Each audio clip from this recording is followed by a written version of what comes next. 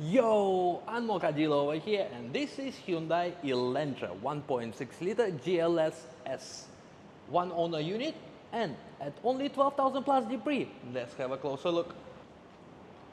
Very nice gray color. Condition of this car is absolutely fantastic and I do like the design. Have a look at the exterior.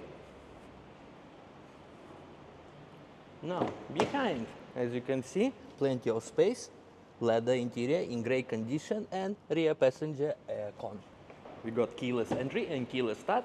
Now let's go in. We are inside and this is what it looks like from driver's perspective. Interior is in great condition, including the leather. We got multifunctional steering wheel, your speedometer cluster, your start stop button, infotainment system with Android Auto, Apple CarPlay and reverse camera. Your aircon controls are here. They are rather simple. We got handbrake that you can pull and a place to store your sunglasses. In terms of ports, we have two 12 volts and USB and AUX.